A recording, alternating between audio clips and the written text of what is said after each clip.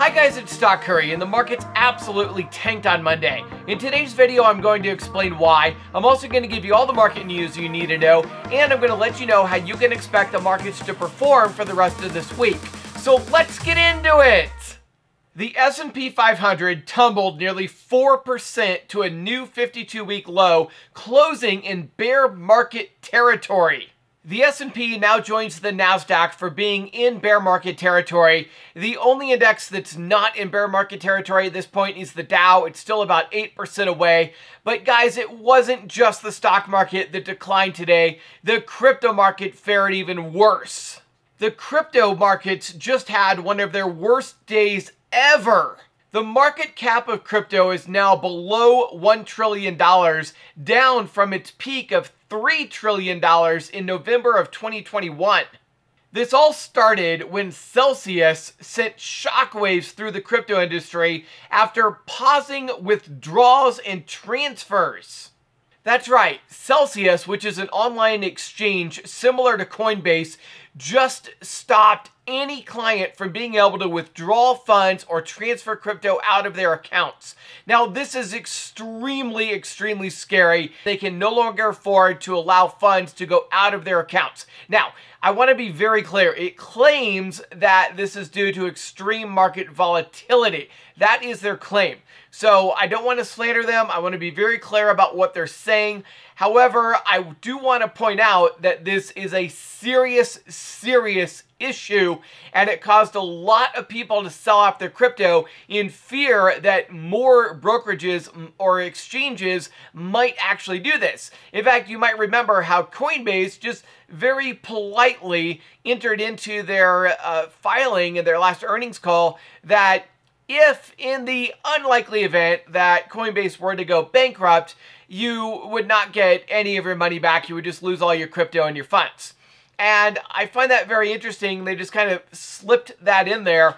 And now we have Celsius, another exchange that just was like, yep, we're done. You can't withdraw any money. You can't pull any crypto off the platform. You're done.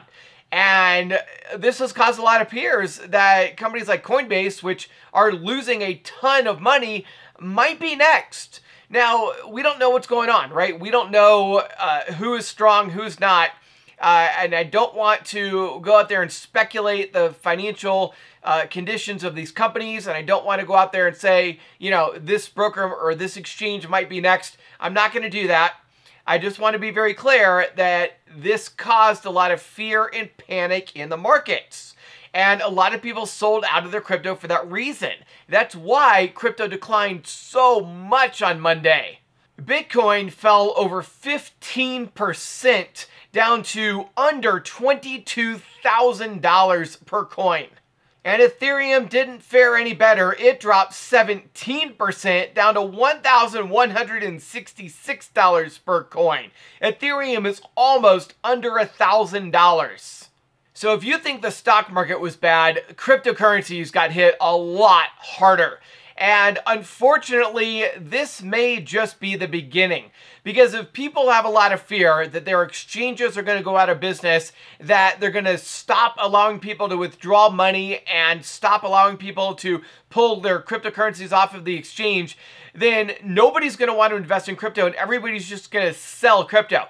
It's basically like a run on the banks. It's just like in 2008. In 2008, there was a fear that banks would go out of business. You wouldn't be able to pull your money out of the bank. I mean, the entire financial system was collapsing. And people literally made a run on the banks. There were ATMs that were running out of currencies. There were banks that literally did not have enough cash on hand to handle all of the withdrawals that were coming in. It was a nightmare. And the Fed was trying to step in and saying, look, it's FDIC insured. You're okay. You're fine. Stop pulling money out. It was an absolute nightmare. And, you know, rightfully so, because some banks did go out of business. Some banks did go bankrupt.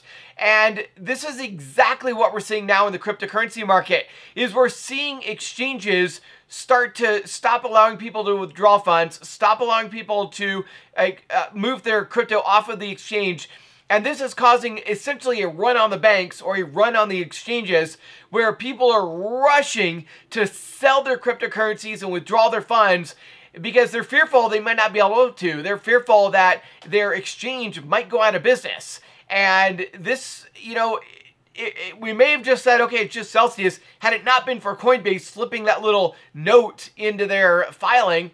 And I mean, this is, unfortunately, if this is the start, it could continue over the next few days at an accelerated pace.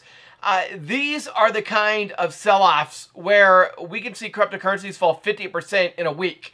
It's really bad. And the run on the bank sort of thing tends to balloon upon itself as it starts with this fear of exchanges going out of business. And then people see, oh my gosh, crypto's down 15% in a day. They panic, they sell, it causes capitulation, and more people sell, and it just becomes this massive sell-off, kind of like a flash crash. So, needless to say, I'm not in cryptocurrencies right now, and I would not buy any right now, because what's happening in the cryptocurrency market right now is horrible. And unfortunately, this could literally just be the start. It could get a lot worse over the next few days. So just be careful. I'm just letting you know about that. That said, let's get back to the stock market for a minute, because I need to explain why the market fell so much on Monday. There are now rumors going out that the Fed is going to do a 75 basis point or 0.75% rate hike.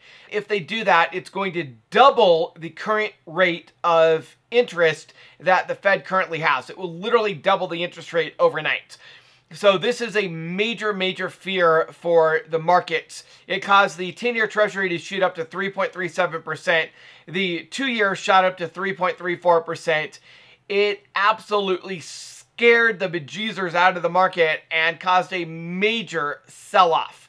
Now, personally, I don't think the Fed is going to do a 75 basis point rate hike. I personally think they're only going to do a 50 basis point rate hike, although they might set it up to do a 75 basis point rate hike at their next meeting. Not this one that's happening this week, but the next one.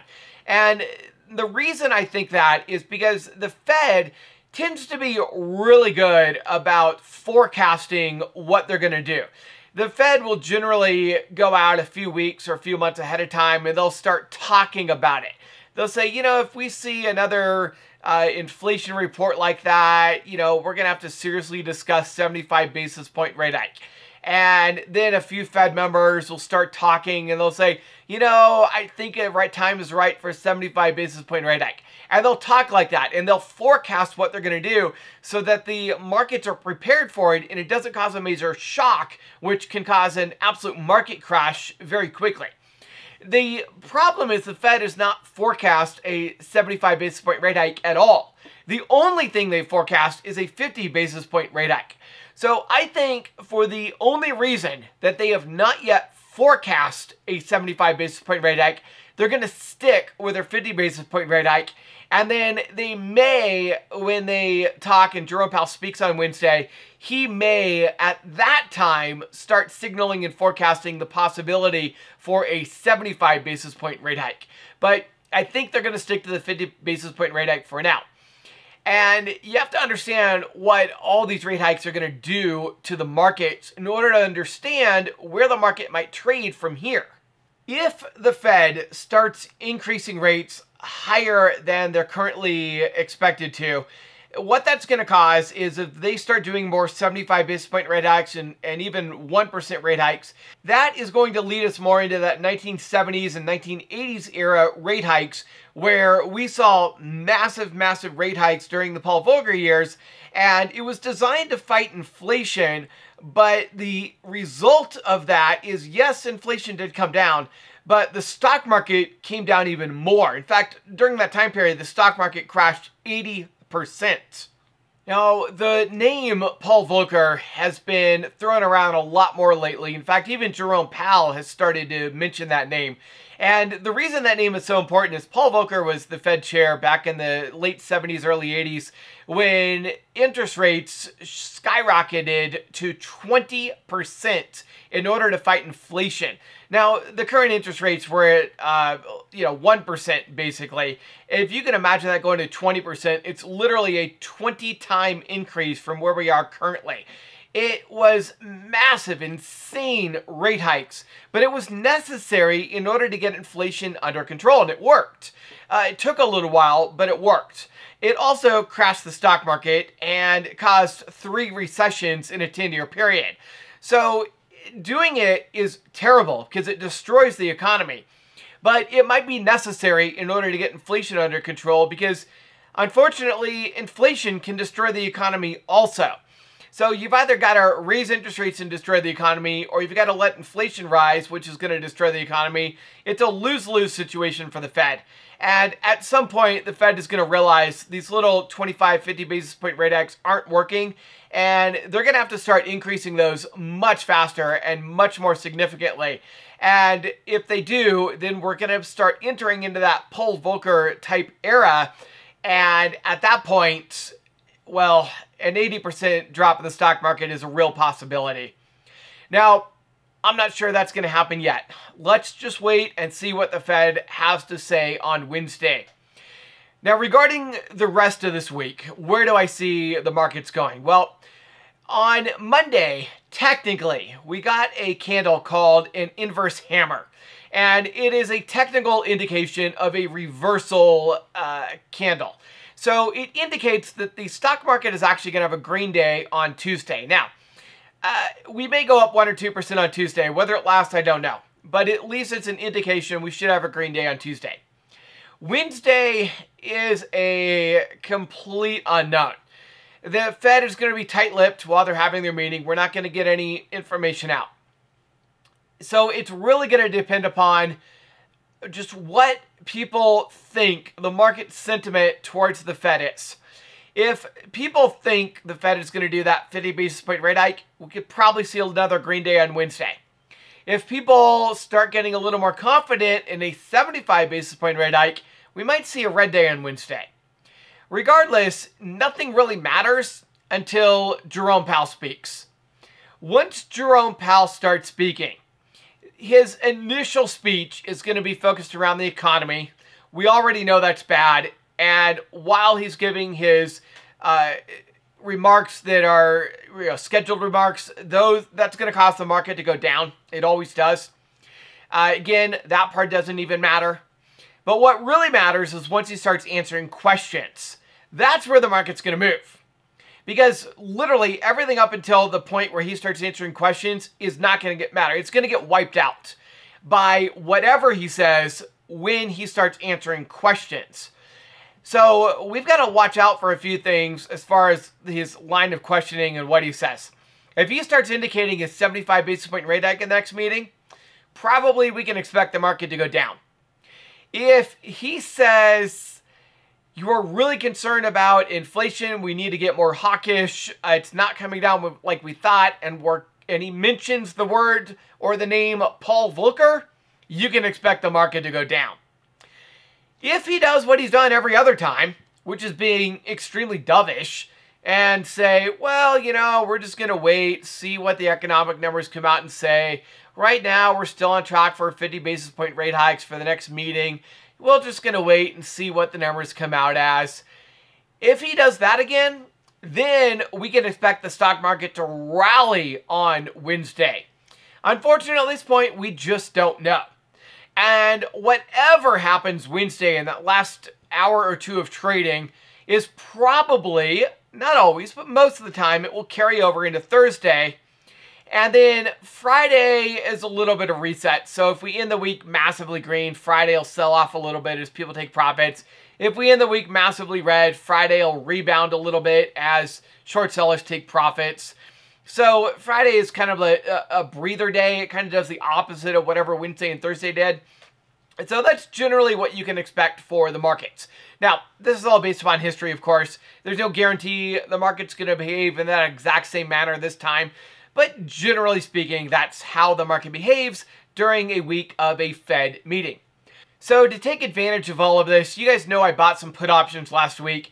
I actually sold one of those put options today for a 173% profit.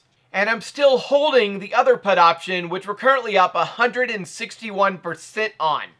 We are absolutely killing it over in the VIP Discord. The more this market goes down, the more money we make. If you want to know everything I buy and sell so you can get in on these trades and you can make 160 and 170% profits in your portfolio too, then come join the VIP Discord. You can sign up at stockcurry.vip/getvip. That's stockcurry.vip/getvip. You can literally pay for an entire year's worth of VIP Discord in just one trade with the kind of profits that we're making. So what are you waiting for? Come join us and make money with us as this market goes down. Again, you can sign up at stockcurry.vip/getvip. That's stockcurry.vip/getvip. Also, if you don't have a broker to trade options on, I wanted to let you know that Webull just extended their anniversary sale. You can still, using my link in the description below, sign up and get 6 free stocks worth up to $12,600. All you have to do is sign up using my link in the description below and deposit $1 and you will get 6 free stocks worth up to $12,600. Webull is by far the easiest place to trade options. That's the platform that we're using and I'd love to have you come join us. And of course, if you're not a US resident and you want to trade options, Interactive Brokers offers multi-leg options trading throughout the world, and their trades are extremely inexpensive. Trades start at just $1 US, $1 Canadian dollar, 4 euros, or 6 Australian dollars, depending upon where you live. And I do want to let you know that both Webull and Interactive Brokers both offer the full pre-market and after-hours trading from 4 a.m. until 8 p.m. Eastern Time. Also, I wanted to let you know that I have material connections with both of those, so whenever you sign up for either one, not only are you getting a great broker to trade with, you're also helping me to continue to produce these great videos for you. Now finally, I want to remind you to hit that like button and subscribe, and if you're on YouTube, click the bell icon and click all so that you can get notified when I release my next video. I hope you have a lot of success trading, and I will see you tomorrow.